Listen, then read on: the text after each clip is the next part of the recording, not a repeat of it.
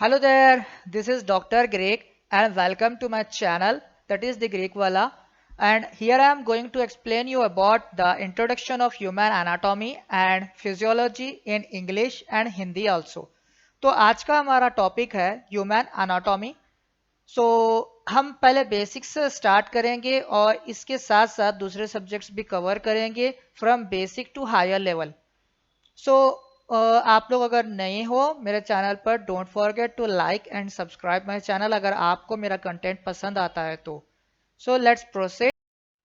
So here we go. Introduction.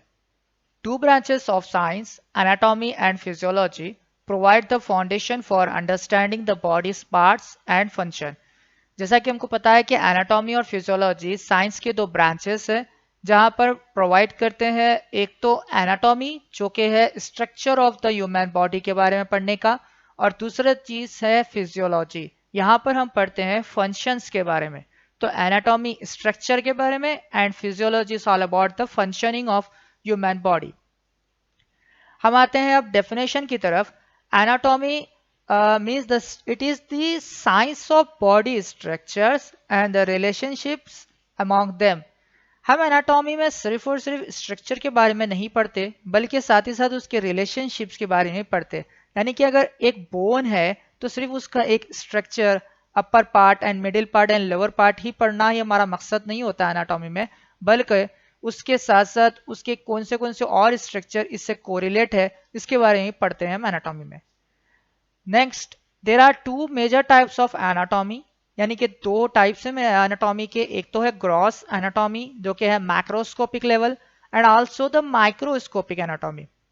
Here we can be able to understand that कि gross anatomy का मतलब यहाँ पर होता है जो स्ट्रक्चर हम अपने नेकेड आई से देख पाते हैं वो स्टडी करने को कहते हैं gross anatomy. Okay, it is the study of anatomical structures that can be seen by the naked eyes such as the external and internal bodily organs. और एक आता है microscopic anatomy. As the name suggest, यहाँ पर हम इसके name से ही समझ सकते हैं कि यहाँ पर वो टॉपिक के बारे में बात हो रहा है जो कि वो लेवल है actually with the help of microscope. यानी कि it is the study of tiny anatomical structure. वो स्ट्रक्चर जो हम आंख से देख नहीं सकते और हमको यहाँ पर माइक्रोस्कोप की मदद से देखना पड़ता है, वो लेवल कहलाता है microscopic anatomy. So first topic पे आते हैं, that is the gross anatomy. Gross anatomy के फर्दर डिविजन्स है जैसे कि surface anatomy, regional anatomy and systemic anatomy. Surface anatomy को सुपरफिशियल एनाटॉमी भी कहा जाता है. It is the study of external anatomical features without dissection. यानी कि सरफेस एनाटॉमी में हम एक्सटर्नली जो जो फीचर्स हमको दिखाई देते हैं उसके बारे में स्टडी इसमें किया जाता है. लाइक ईयर है तो ईयर के ऊपर से हमको क्या क्या स्ट्रक्चर्स दिख रहे हैं, बस ऊपर ऊपर से देखना और सुपरफिशियली अंडरस्टैंड करना इसमें होता है. And next is the regional anatomy. It is focus on the specific external and internal region of the body. यानी कि इसमें हम पर्टिकुलर रीजन के बारे में स्टडी करते हैं. लाइक अगर हम ब्रॉडली अगर समझे तो हेड एक रीजन है, नेक, thoracic region, abdominal region, pelvic region. And next is the systemic anatomy. Focuses on the anatomy of different organ system. जैसा कि यहाँ पर नेम सजेस्ट कर रहा है कि यहाँ पर सिस्टम की बात हो रही है. यानी कि जैसा कि हम जानते हैं हमारे बॉडी के अंदर वेरियस सिस्टम्स है जैसा कि रेस्पिरेटरी सिस्टम, नर्वस सिस्टम. तो एक एक सिस्टम के बारे में सिर्फ नेकेड आई से स्टडी करना वो कहलाता है systemic anatomy. Next, macroscopic anatomy. Within macroscopic anatomy, two topics of study are of great importance. यानी कि वो एनाटॉमी जहां पर हमको मैक्रोस्कोप का यूज करना पड़ता है वो कहलाता है मैक्रोस्कोपिक एनाटॉमी. और यहाँ पर दो मेन इंपॉर्टेंट है जैसे कि साइटोलॉजी. यहाँ पर नेम सजेस्ट करता है cyto means cells, logy means study of. यानी कि सेल्स के बारे में स्टडी करना with the help of microscope is known as the cytology. और वहीं अब बात करते हैं हम हिस्टोलॉजी. तो यहाँ पर हिस्टो का मतलब होता है tissues. Okay, the study of the organization and details of the biological tissues.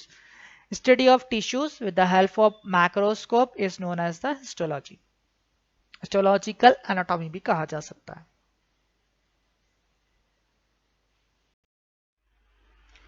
तो चलिए अब हम बात करते हैं थोड़े से सब स्पेशलिटी के। इसमें हम बात करेंगे सिर्फ और सिर्फ सब स्पेशलिटी ऑफ एनाटॉमी। फिजियोलॉजी की हम बाकी के बाद में स्लाइड में बात करेंगे। सब speciality of anatomy. Embryology, embryology के बारे में यानी कि इसके अंदर द स्टडी ऑफ एम्ब्रियो के बारे में पढ़ना कहलाता है embryology. The first 8 week of development, यानी कि डेवलपमेंट स्टेज के फर्स्ट 8 वीक, 8 हफ्ते के बारे में जो पढ़ा जाता है फर्टिलाइजेशन ऑफ एन एग के in humans is called as embryology. Developmental biology, the complete development of an individual from fertilization of an egg to death, यानी कि फर्टिलाइजेशन से लेकर डेथ तक की जो स्टडी की जाती है कंप्लीट स्टडी, उसको कहलाते हैं डेवलपमेंटल बायोलॉजी। थर्ड आता है अपना सेल बायोलॉजी, यानी कि सेल के स्ट्रक्चर प्लस फंक्शन के बारे में स्टडी करना कहलाता है सेल बायोलॉजी। नेक्स्ट आता है हिस्टोलॉजी, जैसे कि हमने पिछले स्लाइड में देखा ही था। यहाँ पर यूज होता है माइक्रोस्कोप का, ताकि टिश्यू का स्ट्रक्चर को हम अच्छी तरीके से पढ़ सके यानी स्टडी कर सके। Microscopic structure of the tissue के बारे में स्टडी करना कहलाता है आपका हिस्टोलॉजी। हिस्टो का मतलब पहले ही बताया था आपको मैं, tissue. Surface anatomy, surface marking of the body to understand internal anatomy through visualization and palpation, यानी कि externally with the help of I and palpation के जरिए, यानी कि जेंटल टच, टच का मतलब होता है पाल्पेशन, मतलब होता है टच, तो स्ट्रक्चर को स्टडी करना कहलाता है surface anatomy. Next gross anatomy, यहाँ पर आपका माइक्रोस्कोप का यूज करे बगैर सिर्फ और सिर्फ नेकेड आइज के जरिए जो स्टडी की जाती है वो कहलाता है ग्रॉस एनाटॉमी। सिस्टमिक एनाटॉमी में जहाँ पर हमको सिर्फ और सिर्फ सिस्टम पूरा पढ़ते हैं, एक एक सिस्टम, जैसा कि नर्वस सिस्टम है, रेस्पिरेटरी सिस्टम है, वो स्टडी करना कहलाता है सिस्टमिक एनाटॉमी, जैसा कि पिछले स्लाइड में मैंने बताया भी था। साथ ही साथ रीजनल, यानी कि स्पेसिफिक रीजन के बारे में स्टडी करना, लाइक हेड, चेस्ट। और रेडियोग्राफिक एनाटॉमी में आता है, ये एक ऐसा स्टडी है जहाँ पर ग्रॉस या माइक्रोस्कोप यूज नहीं होता, बल्कि यहाँ पर यूज होता है, रेडियो का मतलब होता है रेस, ग्राफिक यानी कि टू राइट, यानी कि the body structure that can be visualize with X rays, जैसा कि एमआरआई है, सीटी स्कैन्स है और अपना एक्सरेज है, यानी कि ये एक डायग्नोस्टिक टूल्स की हेल्प से जो एनाटॉमिकल स्ट्रक्चर, यानी कि अपने ऑर्गन हो गए या फिर अपने बॉडी पार्ट्स हो गए, उसके बारे में, स्ट्रक्चर के बारे में रीड करना with the help of rays, यानी कि एक्सरेस हो गया, सीटी स्कैन, एमआरआई, तो इसके बारे में स्टडी करना वो कहलाता है radiographic anatomy. And next is the pathological anatomy. अब आपका पैथो का मतलब क्या होता है, डिसीज, यानी कि एक बीमारी। Structural changes from gross to microscopic associated with disease, यानी कि आपके नेकेड आइज से देखने पर भी कुछ स्ट्रक्चर का बिगाड़ हो और साथ ही साथ माइक्रोस्कोपिक लेवल पे भी बिगाड़ होना, वो कहलाएगा पैथोलॉजिकल एनाटॉमी। समझ गए, structural changes associated with disease, यहाँ पर डिजीज का होना बहुत जरूरी होता है, ठीक है, वो कहलाता है पैथोलॉजिकल एनाटॉमी। यहाँ पर एक डायग्राम रेफरेंस के लिए दिया गया है, आप समझ सकते हो देखने के लिए, जैसा कि ये हेड है और अपना ये चेस्ट कैविटी है, और अगर हम यहाँ पर सिर्फ और सिर्फ चेस्ट के रीजन के बारे में पढ़ रहे हैं तो वो कहलाएगा रीजनल एनाटॉमी, और वही अगर आप हेड का रीजन है वो भी रीजन के बारे में पढ़ेंगे तो वो रीजनल एनाटॉमी कहलाएगा। लेकिन अगर एक सिस्टम के बारे में पढ़ेंगे, फॉर एग्जाम्पल एक डाइजेस्टिव सिस्टम है जिसमें आता है अपना लीवर, LISI, यानी कि stomach, small intestine, large intestine, ये एक सिस्टम इंक्लूड करता है। अब ये सिस्टम के बारे में हम पढ़ेंगे with only with the help of our eyes, तो वो कहलाएगा क्या, सिस्टमिक एनाटॉमी, ठीक है। तो चलिए अब नेक्स्ट टॉपिक पर आते हैं हम और समझते हैं the 11 system of the human body. जैसे कि हमने पिछले स्लाइड्स में पढ़ा है कि सिस्टमिक एनाटॉमी, यानी कि सिस्टमिक लेवल पे जो पढ़ा जाता है, like nervous system, muscular system हो गया, तो वो कहलाता है सिस्टमिक एनाटॉमी। तो आखिर बॉडी में सिस्टम्स कितने हैं, तो यहाँ पर हम पढ़ते हैं the 11 system of the human body. First system आता है अपना इंटीग्यूमेंट्री सिस्टम। इंटीग्यूमेंट्री का मतलब होता है जो कि स्किन, इसके कंपोनेंट्स है skin and structure associated with it, यानी कि skin with hair, nails, sweat gland and oil gland, कहलाता है इंटीग्यूमेंट्री सिस्टम। सेकेंड है आपका skeletal system, components, bones and joints of the body and their associated cartilage. Muscular system, muscles, mainly muscles, okay, composed of skeletal muscle tissue. So that name as skeletal muscles. क्यों? क्योंकि actually it is usually attached to bones. Nervous system, components, brain, spinal cord and nerves. Endocrine system, it is associated mainly with hormones, hormone producing glands and cell in several other organ. CVS system यानी कि cardiovascular system, इसमें आता है आपका blood, heart and blood vessels. Digestive system, components, organ of GIT tract यानी कि gastro intestinal tract, includes the mouth, pharynx, esophagus, stomach, small and large intestine, etc. Urinary system, components, kidney, ureters, urinary bladder and urethra. Lymphatic system and immunity, components, lymphatic fluids and vessels also include spleen, thymus, thymus node, lymph node and tonsils. Respiratory system mainly with lungs and air passageway. तो कौन कौन से होते हैं passageway? Pharynx, larynx, trachea and bronchial tube leading into and out of the lungs. Reproductive system की अगर बात करें तो components, gonads. Gonads मेल में होते हैं testis and ovaries in females and associated organs like uterine tubes, uterus and vagina in females and epididymis, ductus deferens and penis in males. तो ये थे आपके the 11th system of the human body. तो चलिए एक और topic पे आते हैं हम, बेसिक एनाटॉमिकल टर्मिनोलॉजी. ठीक है, कुछ टर्मिनोलॉजी है जो एनाटॉमी को आगे बढ़ने के पहले हमको ये टर्मिनोलॉजी से अच्छी तरीके से समझ लेना चाहिए. पहले समझते हैं बॉडी पोजीशंस. ठीक है, इन द एनाटॉमिकल पोजीशन क्या होता है, सबसे पहले ये जान लीजिए. In the anatomical position the subject यानी कि human body stands erect facing यानी कि स्ट्रेट खड़े रहे, facing the observer with the head level and the eyes facing directly forward. The feet are flat इस तरीके से on the floor and directed forward and the upper limb or at the sides with the palms turned forward. इस तरीके से कुछ position कहलाती है anatomical position. Facing forward यानी कि सामने की तरफ देखे रहे और हैंड्स को इस पोजीशन पे रखा जाए और अपने पाम्स इस तरीके से ग्राउंड पे टच हो और इरेक्ट पोजीशन पे हो, वो कहलाता है anatomical position.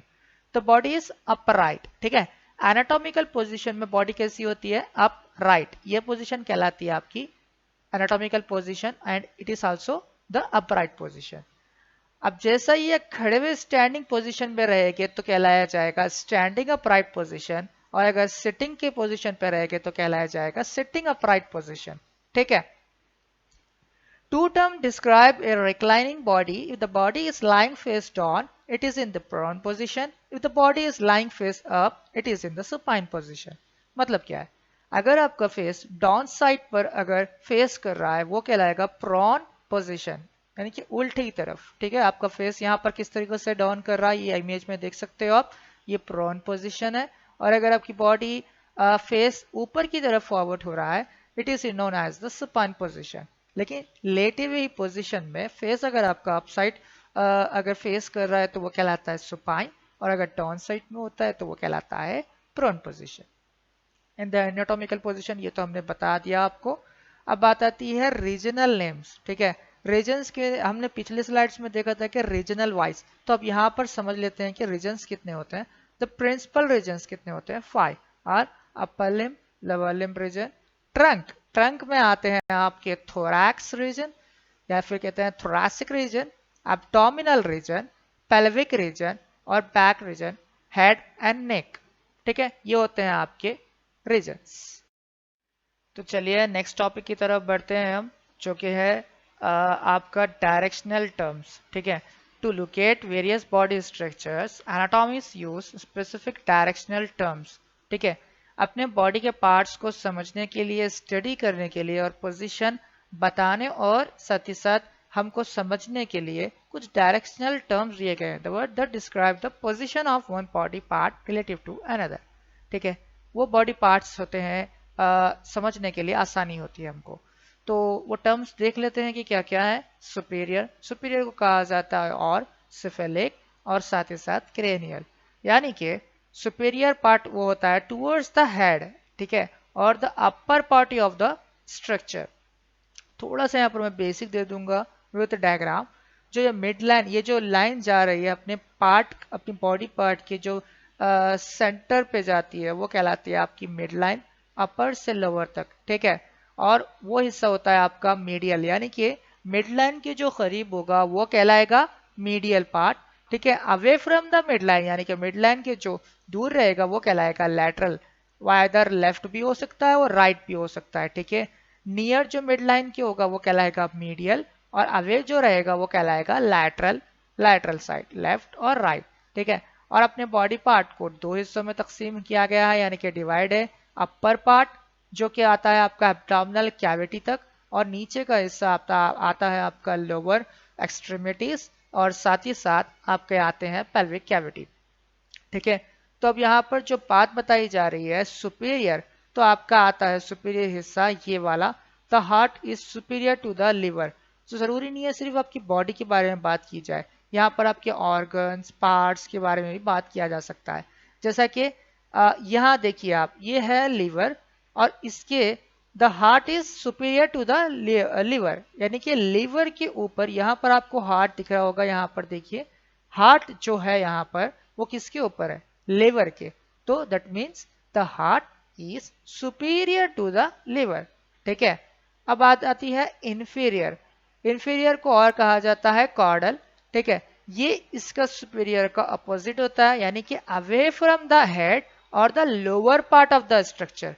Generally lower structure is the inferior, ठीक है। अब बात आते हैं पार्ट्स और ऑर्गन की तरफ। The stomach is inferior to the lungs, यानी यहां पर आप देख सकते हो यहाँ पर लंग्स है, और इसके इंफीरियर क्या आ रहा है, स्टमक, स्टमक आ रहा है, ठीक है ना।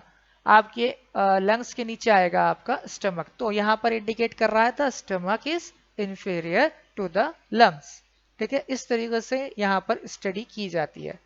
एंटीरियर, इसको और कहा जाता है वेंट्रल। पोस्टीरियर, इसको और कहा जाता है दूसरा नाम डॉर्सल, यानी एंटीरियर का मतलब होता है near at the front of the body. ये समझ लीजिए एंटीरियर का मतलब होता है फ्रंट साइड, पोस्टीरियर का मतलब होता है बैक ऑफ द बॉडी या फिर बैक साइड। एग्जाम्पल की तरफ यहाँ पर बढ़ेंगे, the sternum, breast bone, midline के पास जो फर्स्ट बोन आती है सेंटर में कौन सी आती है, ये जो बोन दिखाई दे रही है आपको, जो रिब केज को जो जोड़े रखती है या फिर इसके सेंटर में अटैच है, वो कहलाएगी आपकी स्टर्नम या फिर ब्रेस्ट बोन। ये क्या होती है, ये एंटेरियर है ना, सामने की तरफ है, इसलिए ये कहलाता है एंटेरियर हिस्सा, ठीक है। अगर आपकी पीठ के साइड का है, बैक साइड का अगर बताएं तो वो कहलाएगा क्या, पोस्टीरियर। अभी अगर पार्ट की तरफ अगर जाएंगे तो the esophagus is posterior to trachea, ठीक है। यहां पर आपके गले के पास दो पाइप्स जाएंगे, एक होगा आपका एक ट्रेकिया, ठीक है, वाइन पाइप, और साथ ही साथ आपका होता है इसोफेगस फुट पाइप, ठीक है। तो esophagus is posterior to the trachea, trachea क्या हो गया, एंटेरियर, और इसोफेगस क्या होगा, इस पोस्टीरियर, ठीक है। ऐसे इस तरीके से यहाँ पर स्टडी की जाती है पार्ट्स विद स्ट्रक्चर। अब बात आती है मीडियल, मैंने अभी बताया था आपको nearer to the mid line, यानी कि जो सेंटर जो लाइन जा रही है ये हमारे बॉडी पार्ट की, ये इमेजिनरी लाइन है, कोई आपको ये लाइन दिखेगी नहीं, ठीक है। ये लाइन कहलाती है आपकी मिड लाइन। तो जो भी स्ट्रक्चर इसके नियर रहेगा वो कहलाएगा मीडियल, ठीक है, मीडियल स्ट्रक्चर या फिर medial, nearer to the mid line. The ulna is medial to the radius, है ना। आप यहाँ पर देखिए, यहाँ पर आपको बोन देखेंगे तो आपको समझ में आएगा अल्ना कहाँ है, मिड लाइन के नियर है, ठीक है। वो आप रेडियस की बात करो तो वो बाहर की तरफ जा रहा है, ठीक है, यानी कि away from the mid line, that is why it is the, it is what, it is lateral, ulna is medial, ठीक है। यहाँ पर इसलिए एग्जाम्पल दिया गया है the ulna is medial to the radius. अब बात आती है लैटरल, जैसा कि हमने पहले ही समझा था कि जो मिडलाइन से अवे रहेगा वो कहलाएगा लैटरल, फर्दर फ्रॉम द या फिर फर्दर फ्रॉम द मिडलाइन, ठीक है। The lungs are lateral to the heart, heart क्या है? सेंटर ऑफ द हार्ट ना, ये देखिए सेंटर में है ये, थोड़ा स्लाइटली लेफ्ट साइड, ठीक। तो अगर यहाँ पर बात करें अपन हार्ट की तो ये मिड लाइन के नियर है, और अगर हम बात करेंगे लंग्स की तो वो लेफ्ट और राइट साइड है, यानी कि away from the mid line है। इंटरमीडिएट, इंटरमीडिएट का मतलब क्या होता है? बिटवीन टू स्ट्रक्चर, यानी कि जो दरमियान में आता है। The transfer colon is intermediate between the ascending and descending colon. आपका यहाँ पर कोलन है, असेंडिंग डिसेंडिंग, ये जो सेंटर पार्ट आएगा वो कहलाएगा आपका ट्रांसवर्स कोलन। इप्सिलैटरल, ठीक है, कॉन्ट्रालैटरल, ये दो वर्ड समझिए, बहुत इंपॉर्टेंट है।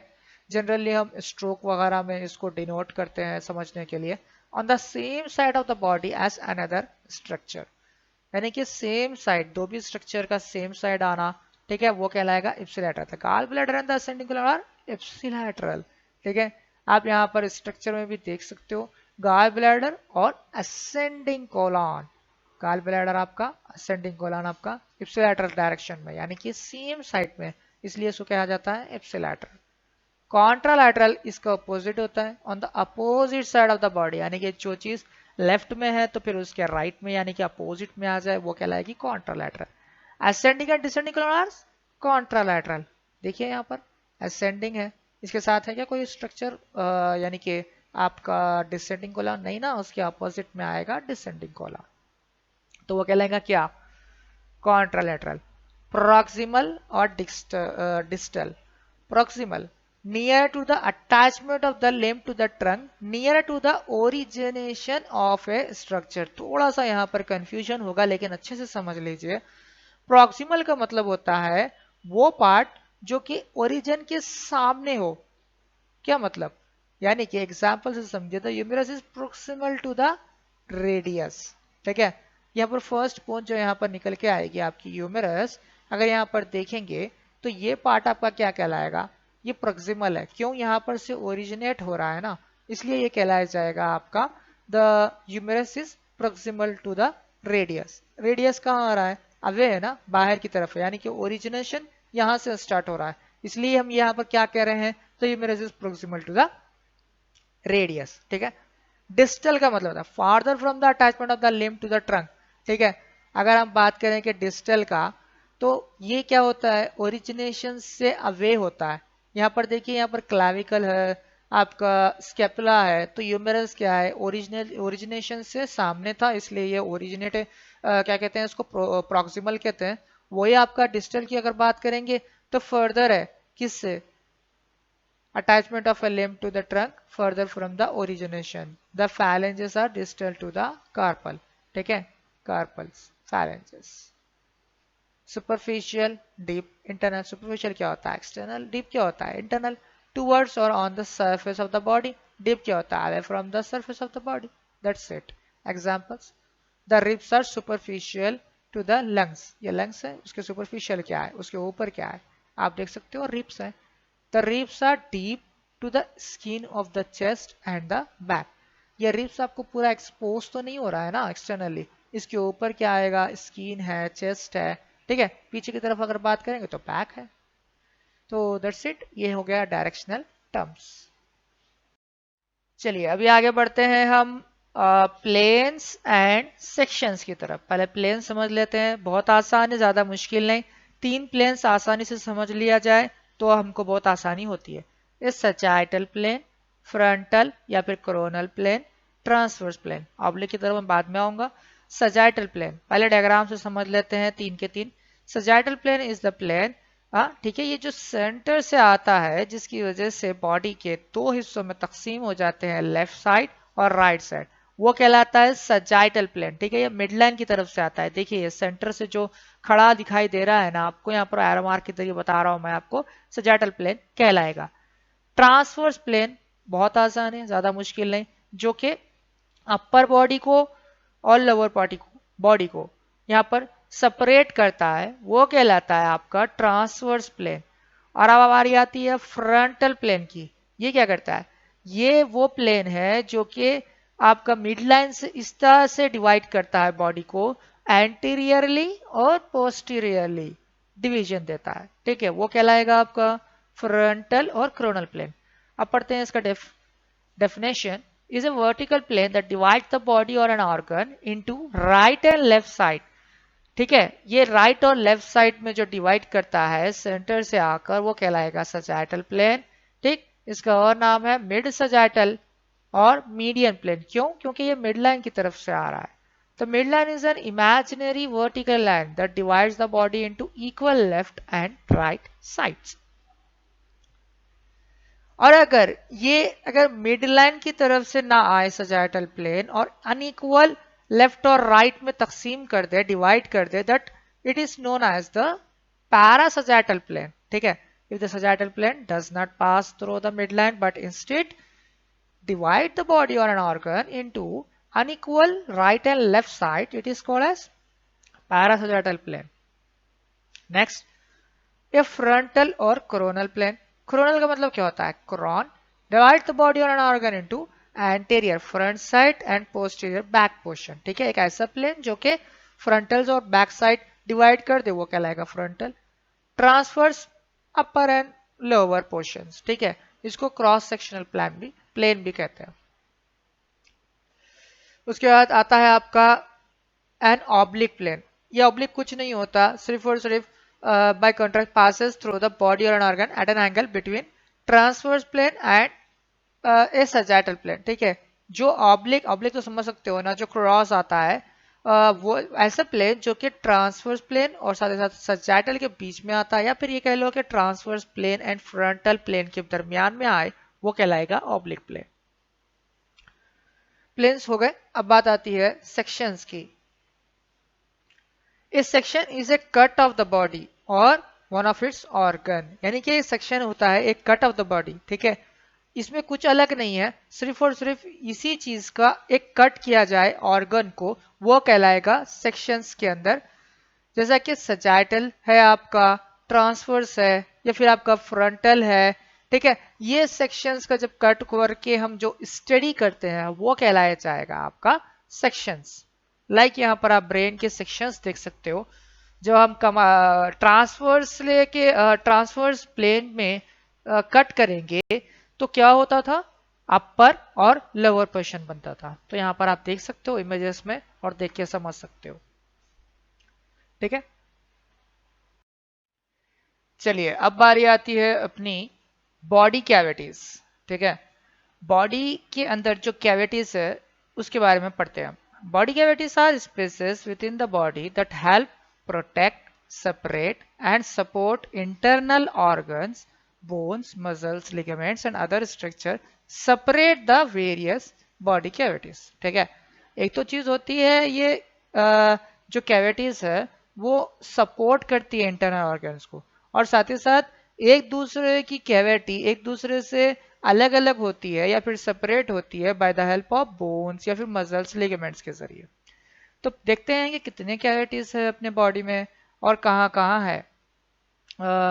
Cranial cavity formed by the cranial bones and contains brain. ये जो हेड की कैविटी है जिसके अंदर ब्रेन होता है वो कहलाता है आपका क्रेनियल कैविटी। आप डायग्राम भी देख सकते हैं यहाँ पर। साथ ही साथ वर्टिब्रल कैनाल, ठीक है, वर्टिब्रल कैनाल जो यहाँ पर स्पाइनल कॉर्ड यहाँ पर रहता है, यानी कि form by the vertebral column and contain spinal cord and the beginning of the spinal nerves. ठीक है, समझ गए। इस स्पाइनल कॉर्ड जो कि एक कॉलम में या फिर एक कैनाल में रहता है वो कैविटी कहलाएंगी आपकी क्या? Vertebral canal, vertebral canal. अब आ जाइए आप थोरैसिक कैविटी के अंदर। इसमें ना एक 2 से 3 कैविटी यहाँ पर एग्जिस्ट करते हैं, जैसे कि आपकी प्लूरल कैविटी जो कि आपका यहाँ पर प्लूरा है, each surrounds A lungs the serious membrane of the each pleural cavity in the pleura. ठीक है, ये आपके लंग्स में एग्जिस्ट होता है। Pericardial cavity surrounds the heart. ठीक है, प्लूरल कैविटी क्या होती है? जो सराउंड करती है आपकी लंग्स को। पेरिकार्डियल कैविटी क्या होती है? जो सराउंड्स करती है आपके हार्ट को और साथ ही साथ प्रोटेक्शन भी देती है। मीडिया स्टर्नम क्या होता है? anatomic region in the center portion of the thoracic cavity between the medial walls of the pleural cavities, extends from the sternum to the vertebral column and form first rib to the diaphragm। ठीक है, contains all the structure of the thoracic cavity other than the lungs, including, for example, the heart, thymus, esophagus, trachea, and several large blood vessels. ठीक है, समझ में आ गया?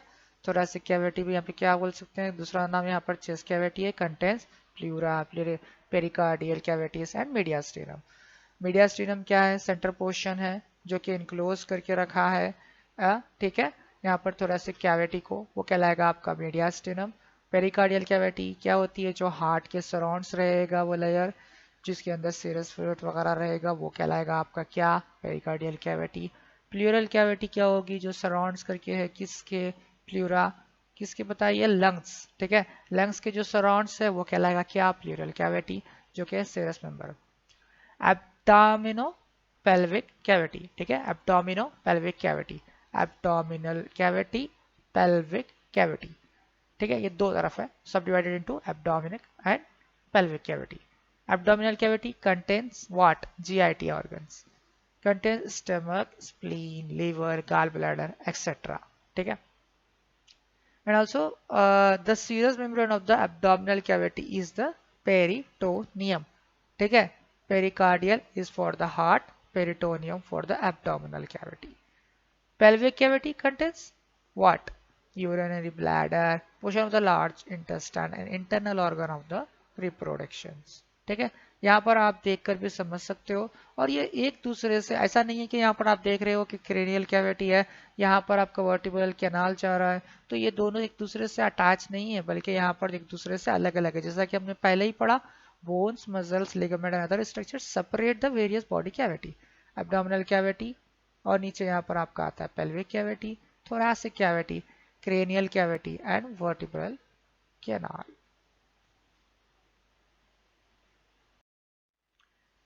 तो चलिए next topic की तरफ बढ़ते हैं, एब्डोमिनो-पेल्विक रीजन्स एंड क्वाड्रेंट्स. ठीक है, यहाँ पर एब्डोमिनल कैविटी या फिर एब्डोमिनल जो रीजन है, इसको ना दो मेथड के जरिए हम इन्हें स्टडी किया है या फिर डिवाइड किया है, to describe the location of many abdominal pelvic organ. जैसा कि यहाँ पर एब्डोमिनल में कौन से ऑर्गन्स आते हैं आपके, जीआईटी के एब्डोमिनल ऑर्गन लाइक स्टमक हो गया, SI, LI यानी कि small intestine, large intestine, liver etcetera. Pelvic organ जैसे कि हमने पिछले स्लाइड में पढ़ा था, यूरेटर्स है, यूरिनरी ब्लैडर्स है एक्सेट्रा एक्सेट्रा. तो मोर easily anatomist and clinician can use two methods of dividing the abdominopelvic cavities into smaller areas. तो फर्स्ट मेथड जो आता है, जो कि डिवाइड किया गया है एब्डोमिनोपेल्विक रीजन्स को, वो टू हॉरिजॉन्टल लाइंस के जरिए, ये जो आप लाइंस देख रहे हैं, two horizontal and two vertical lines aligned like a tic-tac-toe great partition this cavity into a 9 abdominopelvic regions. ठीक है, यहाँ पर 9 regions में डिवाइड किया गया है. तो ये क्या कहलाएगा, एपिगैस्ट्रिक रीजन, अपर मिडिल, फिर नीचे का अम्बेलिकल रीजन और हाइपोगैस्ट्रिक या प्यूबिक रीजन. अब यहाँ पर का लेफ्ट और राइट के अकॉर्डिंग यहाँ पर फिर से नेम आएगा, left hypochondriac region, right left lumbar region, right lumbar, left inguinal या iliac region, right inguinal reason.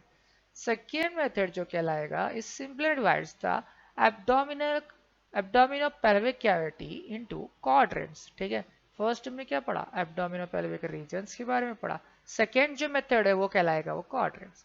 In this method, a vertical line and a horizontal line are passed through the umbilicus और belly button. ये हो गया vertical और ये हो गया आपका हॉरिजॉन्टल लाइन. ठीक है, ये मेथड में सिर्फ और सिर्फ 4 क्वाड्रेंट में आपको डिवाइड किया जाएगा सेकेंड मेथड में. जैसे कि अपर क्वाड्रेंट हो गया, लोअर क्वाड्रेंट हो गया, और इसी के साथ साथ लेफ्ट राइट अटैच होगा. Right left upper quadrant region, right upper quadrant, left lower quadrant, right lower quadrant. ठीक है, ये क्यों इंपॉर्टेंट है रीजन्स को इस तरीके से डिवाइड करना, तो सिंपली इजी तरीके से स्टडी करना क्या, एब्डोमिनल ऑर्गन्स का और साथ ही साथ आपका पेल्विक रीजन्स के ऑर्गन्स के आसानी से स्टडी किया जा सके, इसलिए इसको डिवाइड किया जाता है. तो इसी के साथ हमारा आज का सेशन खत्म होता है. होप कि आपको मेरा सेशन पसंद आया होगा और ये फर्स्ट वीडियो था मेरा।